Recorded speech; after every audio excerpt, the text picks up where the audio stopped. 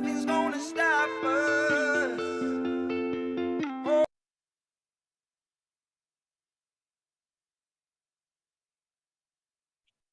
I think we're live.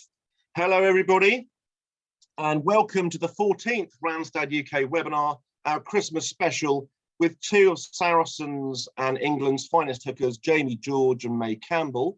May is a triple Premier 15s women's champion, having scored 29 tries from her position as hooker, which is quite remarkable if you know anything about the game, 17 in the last season alone.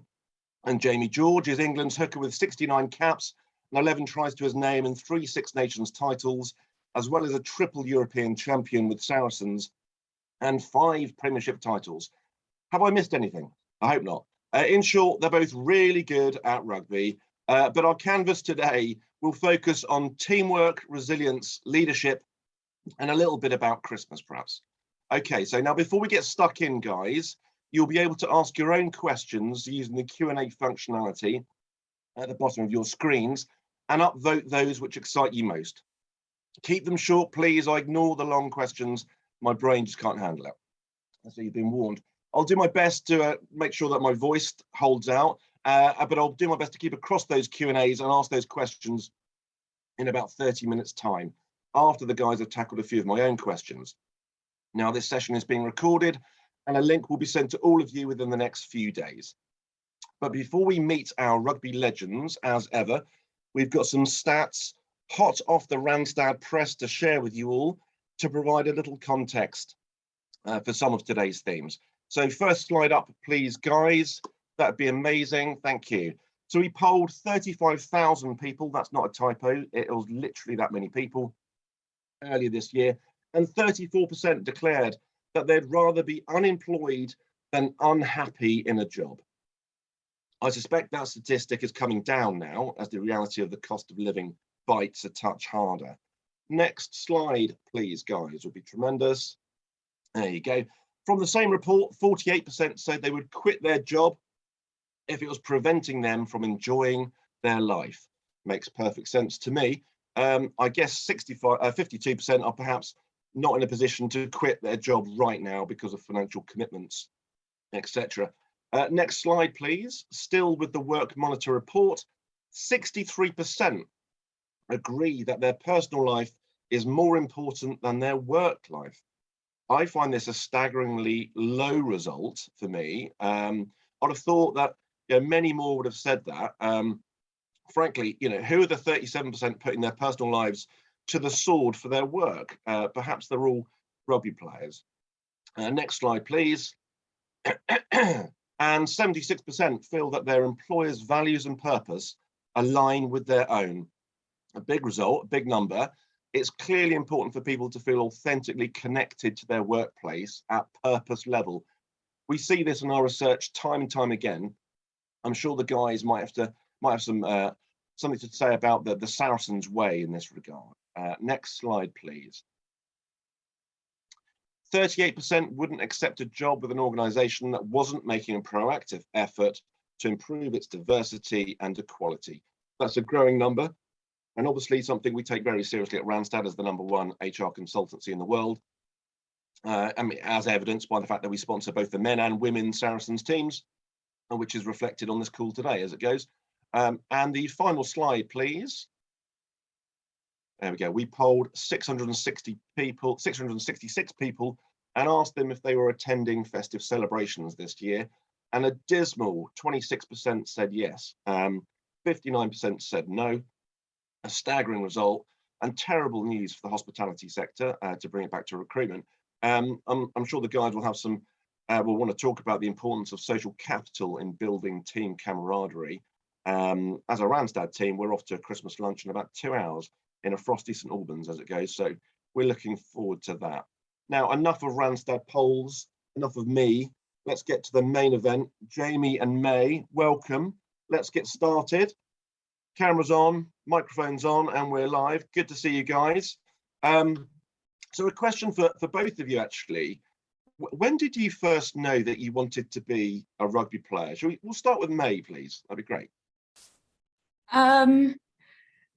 Well, I've sort of always played it ever since I was quite young, sort of 6 or 7, mainly from just being a tomboy and my parents not knowing what to do. Then I was lucky enough to continue it when I went to school in the Lake District. And then I was one of the many people who then went on to Hartbury. And it was only really when I went to Hartbury, I was like, oh, I definitely want to have a crack at it. Before that, I sort of did lots of other sports that I wasn't particularly good at. So yeah, I think it obviously helped having my father who played rugby back in the day at sort of prep school. Good stuff. And that was in Scotland. You said you're from Scotland originally? Yeah, from Scotland originally. And then went to a secondary school in Keswick in the Lake District. Yeah. And then sixth form down to Hartbury, where there was a large group of us who've just come back. Well, a lot of my cohort went out to the World Cup, so it's a very successful program there. Yeah, no, I'm aware of that. And Jamie, what about yourself? When did you first know you wanted to be a rugby player? Pretty similar to me, to be honest. I come from quite a big rugby family. My dad played, my uncle played. So I've got 2 older brothers who are twins, and they used to just bully me quite a lot. So I was a bit of a tackle bag growing up. So yeah, it's just generally from that, really. I think probably I started taking it seriously at about 14 when I joined the Saracens Academy.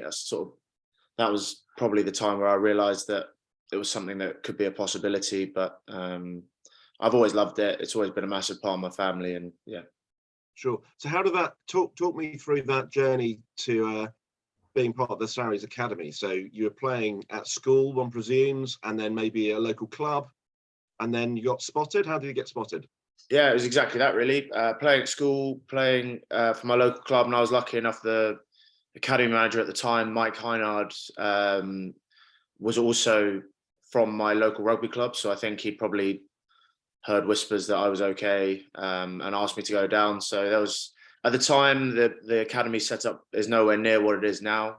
We train on Tuesday nights, and there were probably only 2 or 3 of us. It was myself and Owen and Jackson Ray, actually, were the only 3 from our age group that came in as 14-year-olds, and then there were a few more as we got older. Okay. And was there, you mentioned someone from the club there, was there a specific teacher? I ask in the context of we're the #1 education recruiter in the UK, so there'll be many dozens, if not a couple of hundred teachers on the call. Was there a specific teacher that lifted you up and inspired you and picked you out? Well, yeah, I mean, both my parents are teachers, so oh wow, right, okay. Yeah, they obviously both of them had a big impact on my career. I think there was one teacher in particular, a guy called Miles Norris, who it was around the same time that I joined the Saracens Academy, 14, 15. He was my under 15s coach, and he sort of highlighted to me that it was possible for me to be a professional rugby player. He probably gave me the confidence that I was good enough to go and do it. But he also then he played at a high level himself, and he showed me the sort of the discipline and actually what it takes to get yourself there. So yeah. He had a massive impact on me, and that he's someone that I've stayed in touch with throughout my career, and it's great to sort of amazing. He's been to a few games, and it's great to see him at games still now. So it's good. Yeah. What about you, mate? Any specific teacher? Yeah, I'd probably have to say Nolly Waterman or Danielle Waterman. When just for the name, that's a cracking name to begin with. Yeah. Nolly Waterman. Yeah, Nolly. So right. She played for England. Really successful rugby player, and going to Hartbury. I remember rocking up, and I wasn't actually accepted in onto their ACE program. But I was like, oh, I'll go anyway and like tag along to training. And then like after the first term, she's like, no, you can be part of it. But she was just hugely disciplined with all of us as a young group of like 16-year-old girls. And when we were studying for our A-levels at the time, if people sort of weren't doing well enough academically, then she was like, well, you can't train or play. So it was very much like instilling that you sort of need this first and then rugby comes after it. Or if someone in the team messes up sort of going out or whatever, then the whole team would be punished for it, and that one person wouldn't. So yeah, she definitely was very tough, but really good. I love that. I've got this theory that the reason why the England football team hasn't won as much as it should have done over the last 40 or 50 years is because there's probably not as much discipline in that environment as I think there is now, by the way, but as there have been in other countries that have won it. Certainly if you look at the German setup over the last 30 years, a very strong kind of commitment to education and learning in tandem with their sport. So, German football players have had to be doing basically a degree level kind of gig on the side. And I know that Saracens have got a similar thing that's been running for years. It's really, really important, I think. Fascinating stuff. You both mentioned discipline in that conversation as well. And I know that's one of the values of Saracens, of course. So talk to me about the role of discipline. Do you think you would have got to where you are today without very strict discipline, or do you think your talent would have outed? And I suppose a question to the side, do you think have you worked with players who have had sufficient skill that their discipline could afford to be kind of at the 80% level, not 100%, because their talent was still just so strong it shined? You go first, Jamie. Yeah, I think this in terms of discipline, it was something that I needed to learn at a pretty young age. I was made aware of it. Obviously, I helped that my dad had played at a high level, and it was sort of instilled into me that if I wanted to have a good go at it, I need to be disciplined in certain areas. But I also think that you learn it along the way as well. Like as a young kid trying to make it out as a professional rugby player, it's a tough time for anyone really. It's a great time, but a tough time. Between 16 and 18, trying to get your first professional contract. There's a lot of distractions. There's 18th birthday parties every weekend. All your friends are going out. These sort of things are something that I was challenged with and didn't necessarily get right all the time. But I think that you instill that discipline by learning as you go. And I think fundamentally, when you realize what you want to do and you've got the motivation to do it, the discipline automatically comes with it. And I've certainly played with players who are incredibly talented and do make it as professional sportsmen, but I don't think there are many that lack discipline that stay in the game for too long. Yeah, it's harder now, I would have thought, than it was back in the day, I guess. Your answer reminds me of a friend of mine who's played professional rugby for, or did for several decade and a half, basically. I remember I went to a wedding with him when he was about 35, and he said to me, "I've never been to a wedding before." I was like, "What do you mean you've never been to a wedding before?" So I've been playing rugby since I was 15 for Wasps and various others, and he'd missed out on every wedding of all of our mates for 15 years. And it was then more than other things that I'd witnessed him do, it's then that I realized the sacrifice he had made actually on a kind of social level to just bypassed 15 years worth of party. Despite he still had parties, but he missed those key moments in people's lives. Incredible discipline. May, go for it. Well, I think obviously like the women's game is different with it not being professional. So I think you have to be very self-disciplined, because ultimately it's a choice to go and train and like play for Saracens. Like when I was at uni, obviously like Wednesday nights out are huge, and then we'd have club training on the Thursday the next day. So yeah, the social life, I did go out just sober the whole time, which was quite fun. But yeah, you just realize you have to understand sort of like what's important to you and what sacrifices that you're willing to make. It's obviously massive on the social side, like you miss out on lots of family events and parties, but then like a playing career is very short, and you can't play rugby when you're 60, but you can still go and get pissed when you're 60. So that's the pull-out quote for today. Whatever else happens in the next 45 minutes, that's the one that's going on the website. Wonderful. Very good. Love it. Well, sticking with social capital.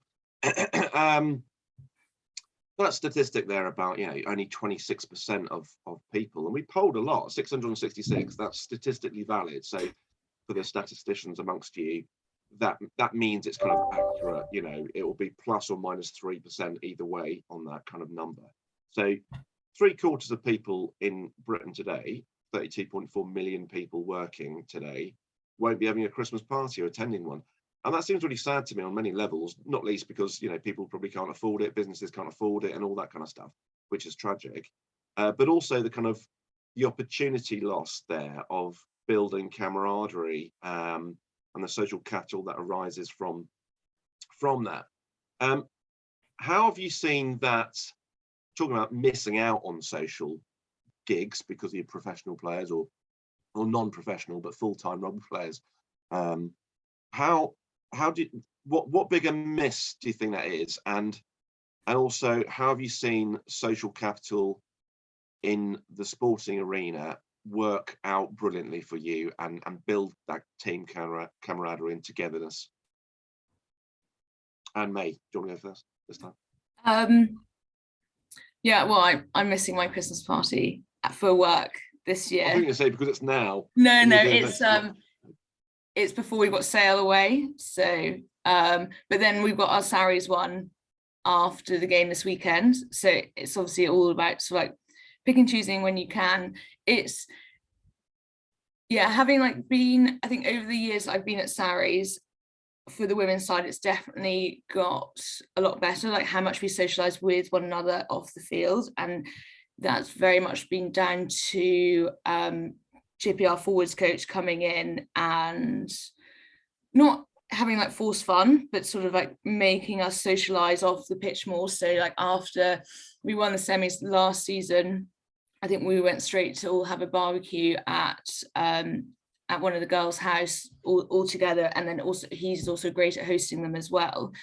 And I think that has been the difference for us, because I think if you enjoy who, or even know who you're working with on a much greater level, I think it just makes it far more enjoyable, but you also understand sort of different people's points of view a lot better. So if there's any sort of conflict or difference of opinion, I think it's far easier to resolve if you have question. Yeah, good stuff. What about you, Jamie? Well, I just think social capital has been at the forefront of Sarri since I've been there, really. When Brendan Venter first came in, what is it now, 13, 14 years ago, he was saying, the first thing that he said was that, we want you to go and have fun. And I guess the theory was then, and still is now, that the closer that you are off the field, the harder that you're willing to work for each other on it. And that's genuinely, it's spoken about a lot. Sarri's being associated with going on trips and putting big emphasis on social, but it's not just words. We genuinely do that. I think the more that you care for the person that you're working with, like I said, you're then willing to work that bit harder, but also, like May said, you're able to get through conflicts a lot easier. I think you're able to find solutions because the person genuinely in and out. And there've been lots of falling outs on the training field that are sort of cleaned up very quickly because we genuinely know each other, and we know how each other ticks. And for example, I wouldn't go head on at Owen because he's pretty hot-headed, so it's potentially best to leave him alone and pick up with him afterwards. But little things like that I think are so important, and it certainly improves the functionality of a team. Well, absolutely. Do you think that's the case? We don't name them, obviously. All Premiership sides have got that now, or do you think there are some that are known as they probably just don't have that? It doesn't happen, or indeed countries. Are there some countries that just don't get that message quite as keenly? No, it's definitely not the case at other clubs. Obviously, I'm lucky enough to know people at most other Premiership clubs, and they're all very jealous of what Sarries have. And I think it's always interesting when you try and bring it in at international level. So, getting all those players together at international level, we try and install that at England, but at the same time, you can tell that people that aren't used to that environment almost think that there's a catch to why you're getting close to someone. And we found it in 2019 at the World Cup. We put a big emphasis on it. And people really struggled with it initially. People struggled to open up. People struggled to give a full account of themselves. But actually, when they allowed themselves to do that, the growth in the team was huge. And we had great success that year. And talk me through, are you going to the Christmas party that May's going to? Is it Saracens as a club, back office, the netball teams and everything? Is it? Or I'm not invited to separate that women's one, party? Or NFI Yeah. May. No, it's just the girls squad, and also the men are playing on Sunday, so I don't think that would be the best. Wouldn't be the wisest, would it? No. Yeah. Okay. What similarities, and the question for May really, she's got a proper job, Jamie, at the moment. What similarities and differences are there between leading a sports team versus an office-based team in terms of spirit, confidence, motivation? Obviously, you work as a recruitment consultant, so you're in our game, so you get to experience the office white-collar environment, I guess, in St Albans, I understand. So what do you think the similarities are, and what are the differences that you see? It's obviously a far more like professional environment being in an office to a training field. Like, you can't necessarily say what you're thinking all the time, and then it's just like understanding and getting to know each person individually. And like my immediate team, we're a group of 6, and we do put a lot of time into actually just spending it as our 6, making sure that we're quite solid, and then obviously then socializing with the wider businesses as well. Yeah, I think that has showed that it's like hugely important, and like there's different sort of cultures between like different teams, which is often the case. I think on the rugby field it may be seen as like friends or whatever, but it's always nice to have people who will back you up or give you the support that you need if it's like a tough day in the office or on the training field too.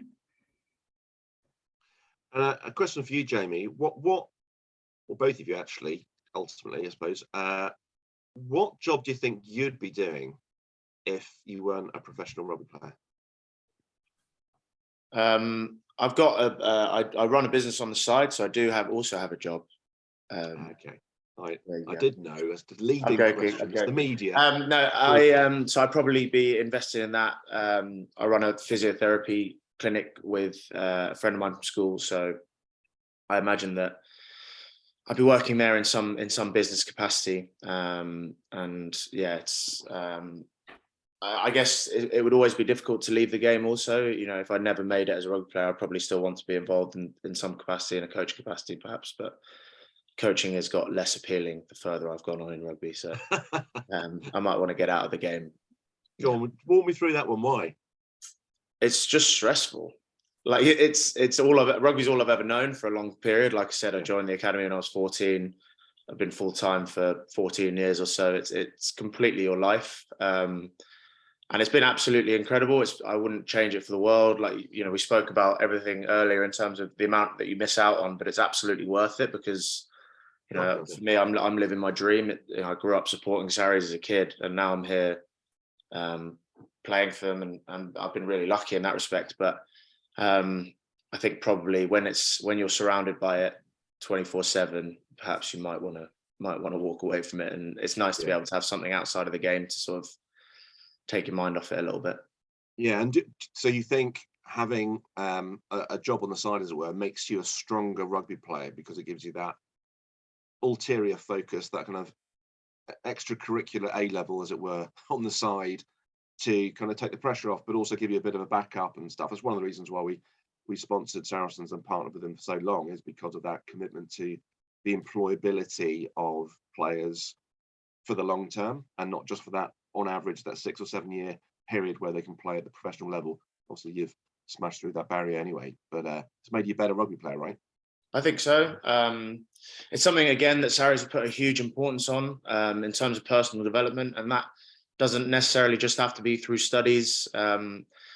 they've got people that work at the club whose sole purpose is to help, especially the younger academy players, either with study or finding courses to do. Because as you said, you never know, rugby's a very physical game. You know, as a young kid, you don't know necessarily whether you're going to make a full career out of it, and you need that life outside of it. But from my perspective, I was very engrossed in the game for a long period, and it gets quite intense, and rightly so.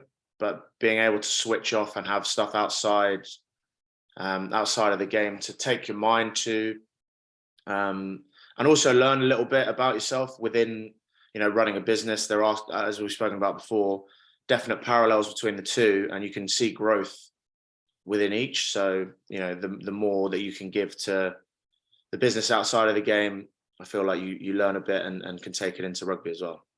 Yeah, I heard George Ford was on the Radio 5 about a month ago, because obviously he's had a pretty bad injury to his Achilles for the last several months, whatever. And he was working in his brother's coffee shop. I think it's in Leeds from memory, or Yorkshire way. And he talks about it being a phenomenal crutch for him, basically, to kind of have that to lean on, helping with his recovery, but also, you know, making him more resilient. So do you think you're more resilient as a player because of having that on the side, that business opportunity, that venture, something else to focus your mind on? Or yeah, I think so, and I think it comes back to the discipline piece as well, because, you know, ultimately, in order to be, you know, you don't want to have something on the outside of the game that's going to take away from your sole purpose, which is being good at rugby. So the ability to be able to balance that, I think, is incredibly important.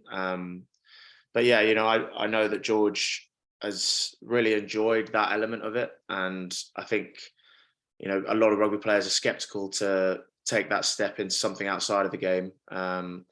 But as soon as they do, they realise that it is hugely beneficial in terms of your resilience, your discipline, and just mental well-being, really, to be able to switch off from it and allow yourself to focus and be passionate about something else too.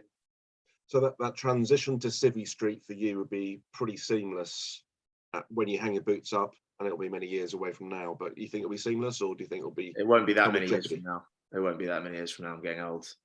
But no, yeah, hopefully. How old you are, because I'm a recruiter, and that's illegal to do that. Age Discrimination Act 2006, October 1. Can't ask you how old you are in an interview, Jamie. I'll quote you on that when my next contract negotiation. Good stuff. Yeah. And May, what about you as a recruitment consultant? Is that something you plan to do for the next 15, 20 years? If so, can we poach you? I don't know. So who knows what they want to do for the rest of their life? I certainly don't know, but I enjoy like the work that it provides, and it's very much a case of like you put into it what you get out of it. So I very much like that aspect of it, and like the field that I work in is quite interesting, and it's probably sort of the opposite way for me opposed to Jamie, whereas like getting onto the rugby field is like an escape from work, and it means I can like completely switch off from work, and when it comes 6 o'clock, I don't bring that home. It's like then going to a team meeting, units meeting, and then out on the field. So yeah, I like the sort of challenge that it poses, but then balancing the two, yeah, it's sometimes. It's a fascinating response to that your side hustle is playing rugby at a really high level, and Jamie's side hustle yeah. is running a business on the side. And it's interesting, isn't it? We do, as people, I think we need balance. You need the yin and yang in our lives. Okay, what's your dream, May? What's your dream for women's sport? Big question, I know. I think it's obviously just to help grow it as much as possible, but doing that by making it sort of as accessible as possible to people, so that there is a choice of if they want to watch sport, and the women's game as well. Like often it's not sort of ignorance, it's just people not knowing that the like women's rugby actually exists, or it's the same rules as the men's, or it's like contact rather than touch. And so it's just helping to, I guess, like spread the word a bit more, get people a bit more engaged, and then help, hopefully the Prem will become fully professional rather than it just being for the internationals. Yeah. But that's probably going to be after my playing career, which I'll be very bitter about. Yeah, I think that's the main goal of it. Just Yeah. it You being on remind me par of- with the men's. I always think about football players that were kind of famous in the 80s. Actually, they must look like they just missed the boat by about an hour and a half, because if they're born like 5 years later, they'll be multimillionaires. But even I always think, you probably won't know, you're too young. But there's a player called Neil Webb who played for Man United. He was vice captain for England football, and a few years later he was a postman, and he was playing for Man United in the mid 80s. So the football didn't get crazy with money till relatively recently. Actually, it was obviously the Premiership supercharged it, but it's kind of late 80s, early 90s when it started becoming. Yeah, they earned well, but they weren't earning money that would sort you out for the next 4 decades, kind of thing, of your life, or whatever. So interesting, yeah. Right, a couple more questions for you. If you could have any job, money's no object, right? What would it be? It's gonna be a real cliche. Be a rugby player. It would be, okay, apart from rugby then. So, well, I grew up on a farm. I love the farming life that it leads, but then, yeah, if money was no object, then do that and then employ people so you can actually have days off. So yeah. Yeah, that'd be, yeah, exactly. I do feel for the farming fraternity, and yeah, for working Christmas morning just as hard as they do any other day. What's been your career highlight so far, May? It's definitely been, well, winning the Prem 3 times. The last 2 have been, I think, yeah, I've loved. The first one I played about 2 minutes at the very end, so I wouldn't really count that one. But like, yeah, last season was great, especially beating Exeter. And then sort of, I don't know how many seasons ago, then before that beating Quins.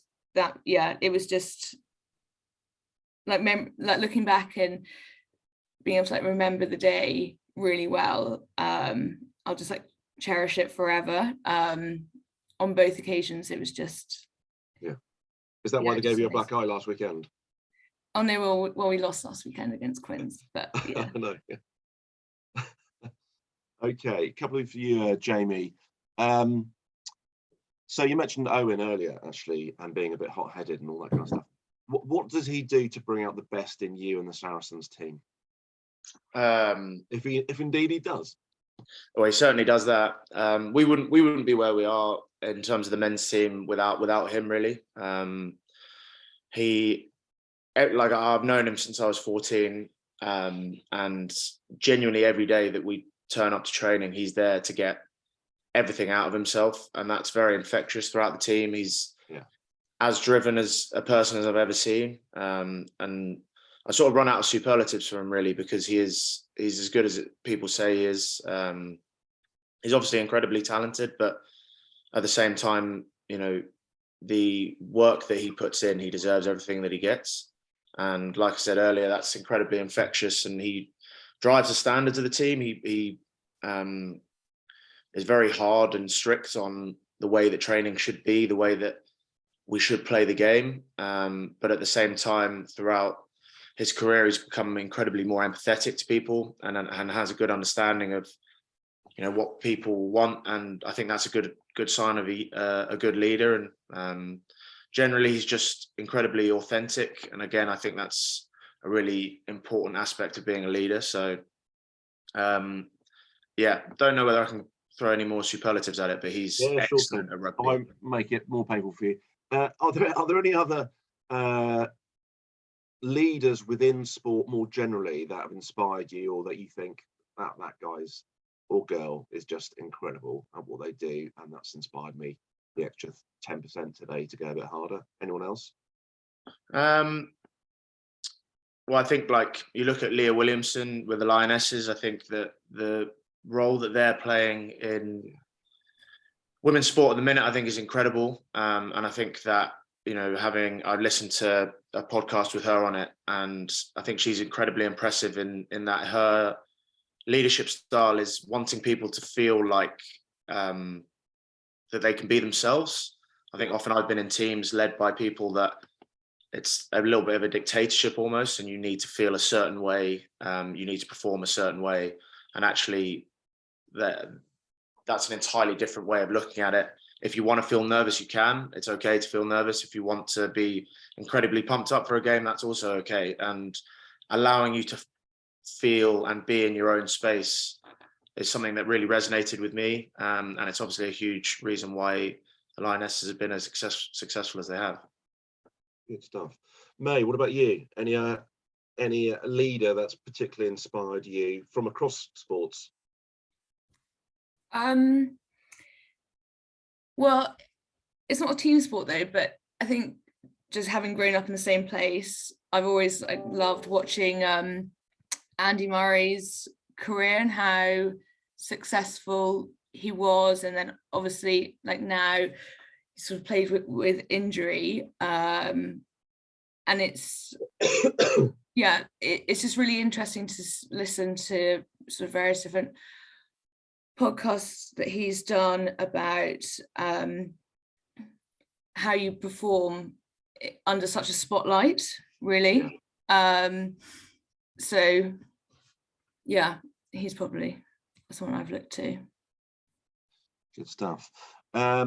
Jamie, you were the first hooker to score a hat-trick for England. How did that feel? And do people reference that a lot to you? Do you carry the kind of try-scoring hooker mantle, or how does that play out in your psyche? And May, you're smiling. I know you've scored a rake of tries for a hooker. That's amazing. In fact, probably as a pair, there's probably not two hookers in the land that have done that so much. And it's not normally a position that, would generate so much pointage directly. How does that play out with you? Is there something you start the game thinking, might try and nick a sneaky one today? Jamie, go first. No. The hat trick was actually really embarrassing because there were 3 maul tries, and my role is to be at the back of mauls with the ball. So it was against Georgia, who weren't the best at the time. So I can take that away from myself a little bit, but look, scoring tries is ultimately not really what either of us are in the game for. Our primary role is entirely different, but I think the way that the game's evolved a little bit in terms of front row play is that, back in the day, purely hookers were there to scrum basically, and maybe throw into the line out occasionally. But now I think the expectations of a modern front rower are entirely different, and you need to be able to be comfortable on the ball and have an impact on the game. And it's certainly something May does. May scoring hundreds of tries, but also topping the tackle charts. So, these are things that, are a sign that the game is evolving massively, and more pressure is being put on front row forwards generally. It's amazing, mate. Did I get the stats right? Was Wikipedia accurate? 29 tries and 17 this season. Is that right?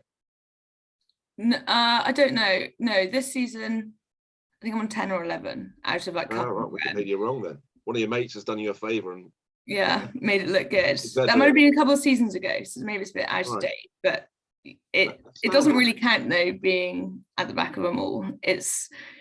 That's the sort of easy job. And I mean, I get it. It's right. I'm teeing you up. It's teamwork. That's one of the things that we're building this webinar around. So yeah, I mean, I appreciate that, but still, it's it's a tally that a winger would be proud of. So well done you. Right, we've got a few questions here, and I'll have to ignore the ones that are off grid and off the list that we're not allowed to ask people because someone might have lost their job this week with an England job. So let me have a little look to see what we've got. Dennis Collin, what other professional careers have you developed while being a professional sports person? Oh, well, I think we've kind of answered that one, but if they perhaps he means skill sets. One for you, May. What skill sets have you have you learned as a recruitment consultant that you wouldn't have done if you were just a sports person, just a sports person?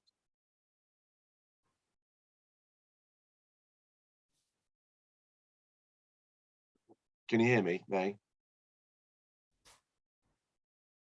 Oh, yeah. Oh, have I gone off grid? No, I can hear you again. You can hear me. Sorry about that. I don't know what happened there. Bit of a hiccup. The question is about what skills have you developed whilst being a recruitment consultant that you wouldn't have done if you were just a rugby player? I've definitely developed like the ability to speak to a wide range of people, whereas like I guess in rugby you don't necessarily gain that exposure to various different stakeholders from different companies. So yeah, I relish being able to like build professional relationships with like CEOs of different companies, CTOs, that sort of thing.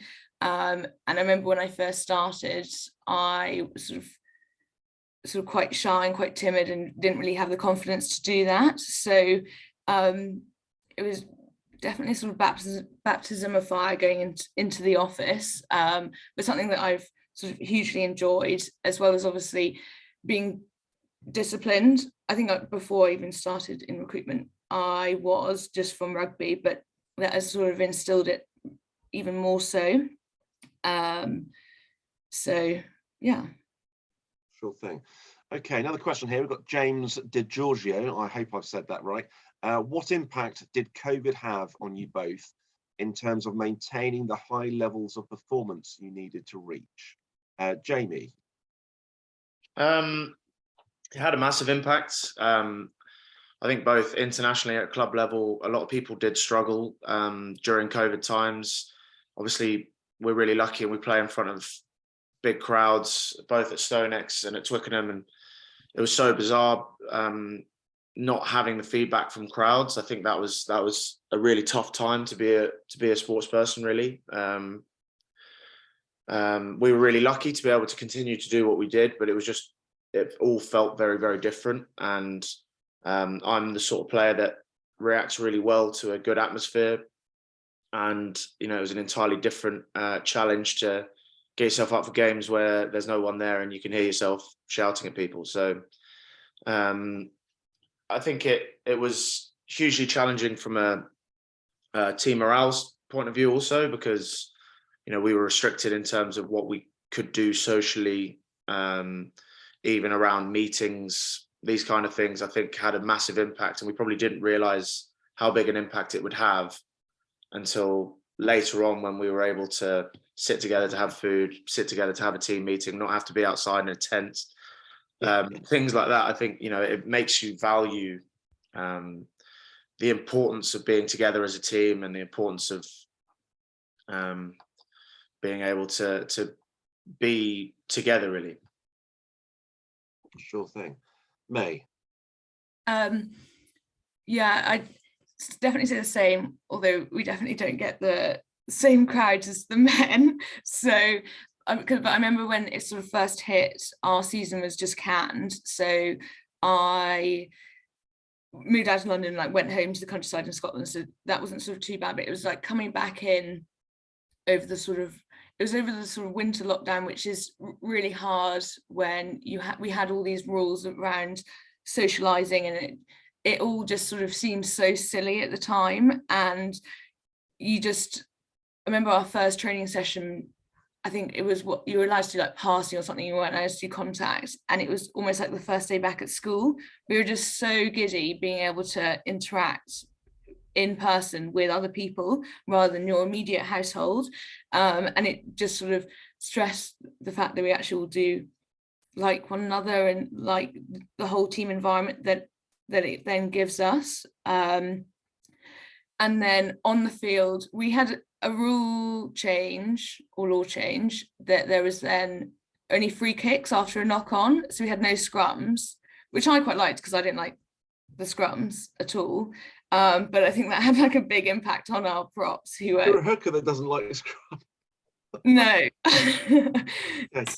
So I think I'm really there because I just can't really play anywhere else. But yeah, so then our props had to find their lungs really in that too.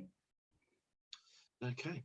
It was a crazy time, lockdown, wasn't it? You think about it, and sometimes I get kind of like Vietnam flashbacks to things that happened. I think that actually happened, and I can remember you talk about being giddy. I remember after the 7 or 8 weeks, someone correct me, but yeah, 7 or 8 weeks when your kids couldn't go to school, and then dropping my kids off at school and seeing other parents and being allowed to talk to them in the car park, which we hadn't done for like so long, and it was literally like going to a nightclub.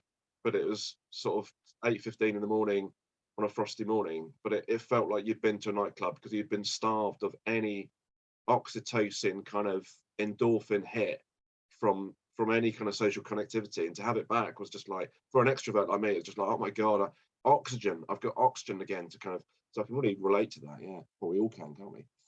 Question here from Dan Hawes. In a winning team, on the field or in the office, how important is the coach or manager? I think we know the answer to that one. It's very important, but maybe you want to elaborate on that, Jamie?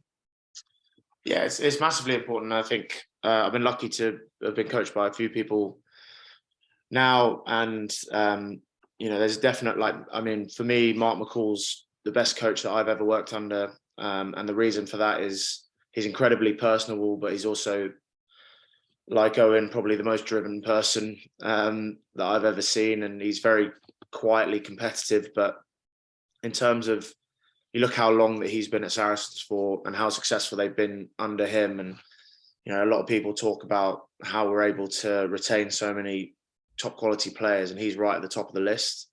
So I think they can always have a huge impact on the team, obviously around tactically and all that kind of thing. But I think the most important thing and the best coaches for me are the people that create the best environment and allow players to be themselves, but also sort of have that ability to flick on being serious, but also personable and caring about people as well. And yeah, like I said, Mark's right at the top of that. How do you motivate your teammates and build confidence when spirits are low yourself? Do you see yourself as someone that does that, or are you more of a quiet, more reserved kind of player that kind of lets others do the shouting and stuff? I'm not quiet, no. I obviously work under Owen in that respect. I think probably a strength of mine is having a good feel for the group. So I try and make sure that I am close with absolutely everyone in the squad, not just the team. And I feel like a big role of mine is to drive energy from within the group, and that can be on the field, but also off the field, but also be the sort of person that people can talk to when they're struggling a little bit too. So I try and be as relatable as I can be to everyone in the squad, and sometimes that's challenging when you're outside training in the freezing cold, but generally I'm quite high energy, and if I'm ever feeling down, I usually look to my right, and Elliot Daly is an energizer bunny, so he's pretty easy to work with on that respect. And how do you cope with the odd, this is a question from Mr. or Mrs. P. Hewitt, I don't know what the P stands for, Patricia feels right. How do you cope with the odd member of the team that does not want to get on with the wider team? He doesn't want to play, I suppose, in some ways. How do you tackle that?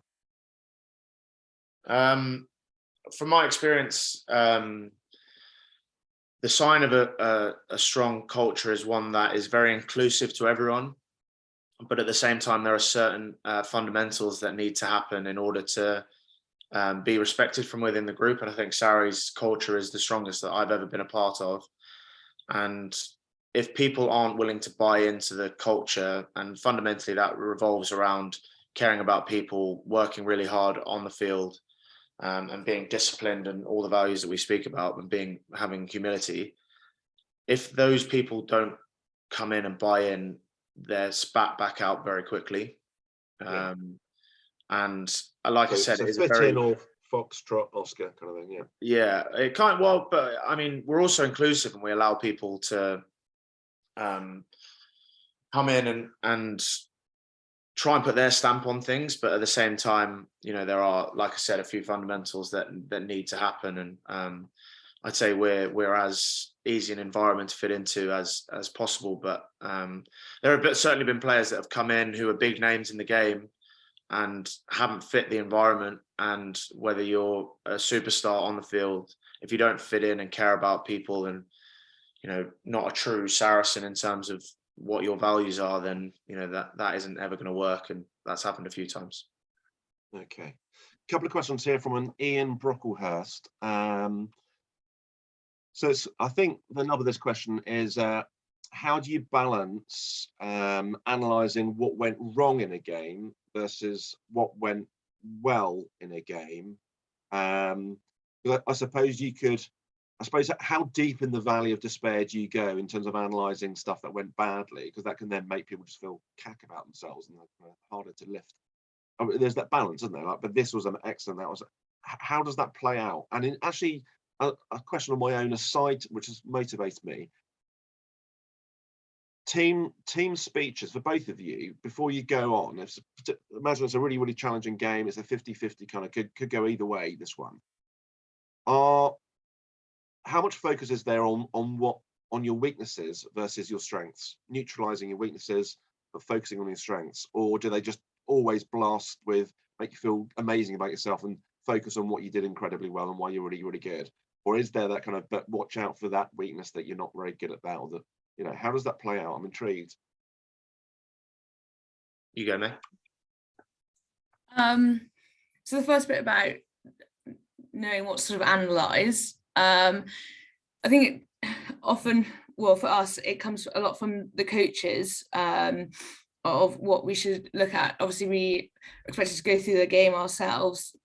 And I think, well, most people tend to be quite harsh on themselves. So it'll be having a review, obviously, with coaches about it. And the coaches are very good at knowing, I think, each individual quite well in order to read what level of detail they need to go into and what areas that they need to sort of highlight for that person. And then in terms of sort of speeches that are given, often I think week on week it very much depends on our opposition. Often we'll just be focusing on ourselves, areas that we know that we need to excel at in order to neutralize the opposition's strengths, really, or say it's sort of half time, very much in the balance.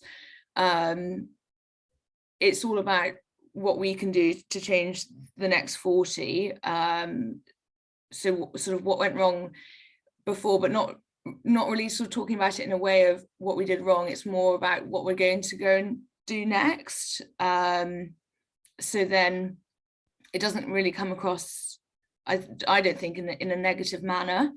But I think it ultimately just comes across, well, you just need to know the group and what the feel is in the sort of changing room.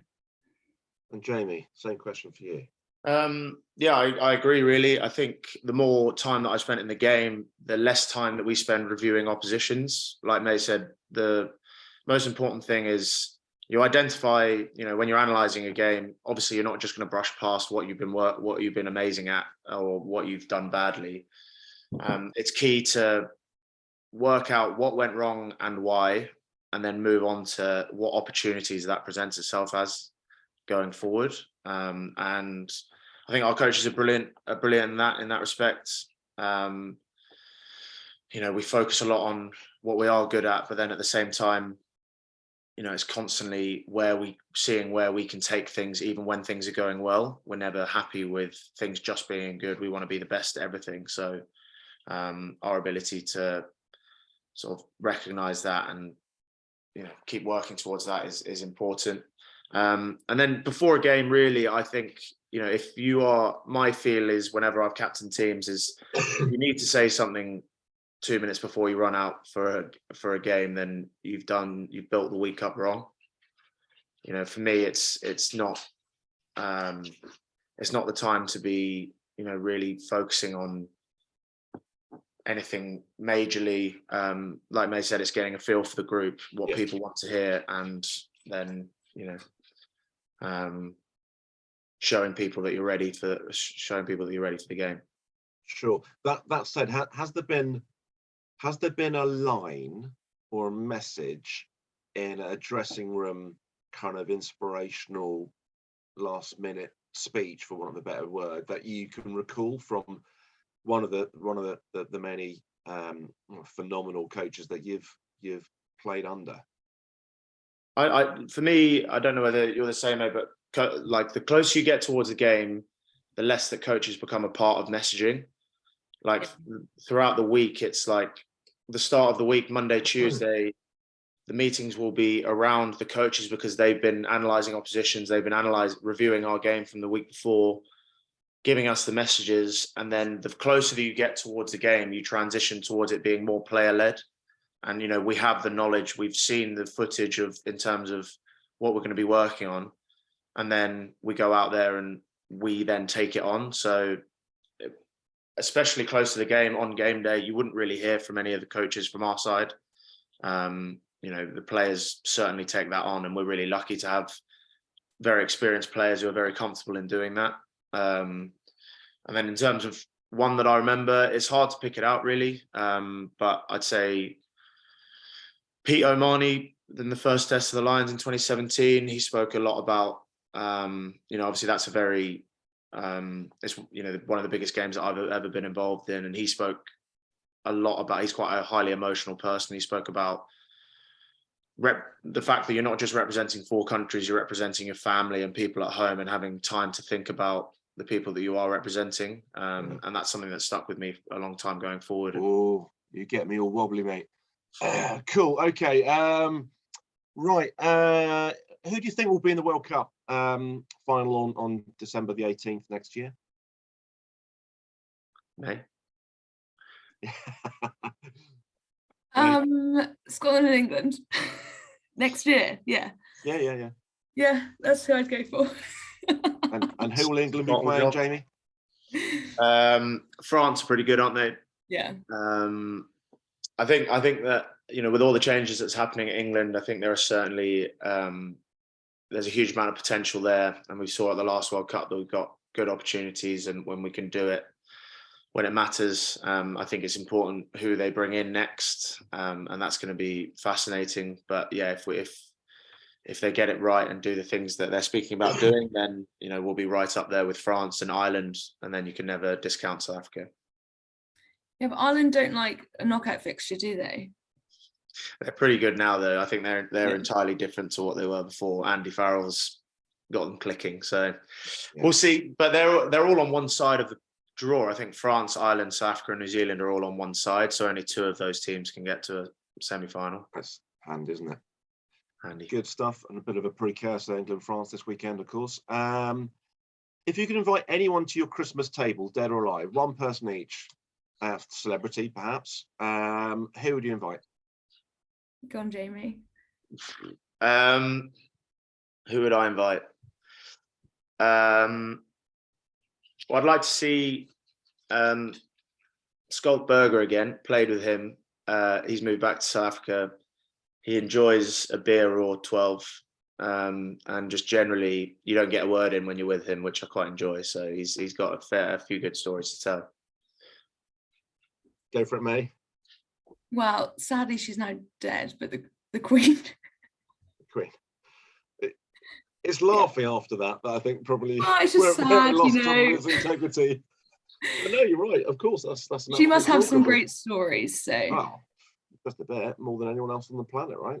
Mm. There you go. And so, who would win on University Challenge? Here's a question from the team. Actually, Bernadette asked this one. Who would win on University Challenge? The Saracens women or the Saracens men? I'm backing the women all the way.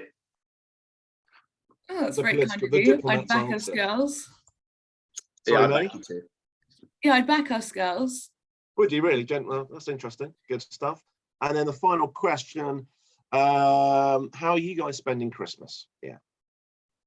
What does Christmas look like for you, May? Back home to Scotland. Probably head to church for a service, and then spend the day eating and opening presents. Pretty standard then. Yeah. So that's with your mum and dad. Yeah, mum and dad. Siblings. Yeah, my well, my brother's in New Zealand at the moment, so he's not coming over for that. And then Lazy of them. Right, yeah. And then my sister will come up late on Christmas Day because she runs a dairy farm, so she's got to milk the cows first, and then she'll come up. Of course she does. Amazing. It sounds. I'll await my invite. Fantastic. And Jamie? I'll probably head up to Northampton where my folks are, and yeah, very similar vibe. We'll be eating lots, and we've actually got a really nice Christmas schedule this year. We're usually playing on Boxing Day, which ruins Christmas Day. But yeah, we play on the 23rd, and we're not in again until the 27th. So it's the best Christmas break ever. Is there a New Year's Eve fixture, isn't there? Yeah, we play extra on New Year's Eve as well, so that'll be a big one. Yeah, I saw that one in the schedule. Someone else is doing that one this time. It's not me in the box, I'm afraid. Good stuff, guys. The hour is up. It's been an absolute delight. I wish you both a very, very Merry Christmas. Thank you for your time today. Thank you for all you do for the game and for the club. Really appreciated. And have a happy New Year. Thanks very much. Thank you very much. Good stuff. Cheers, guys. Thank you. Guys.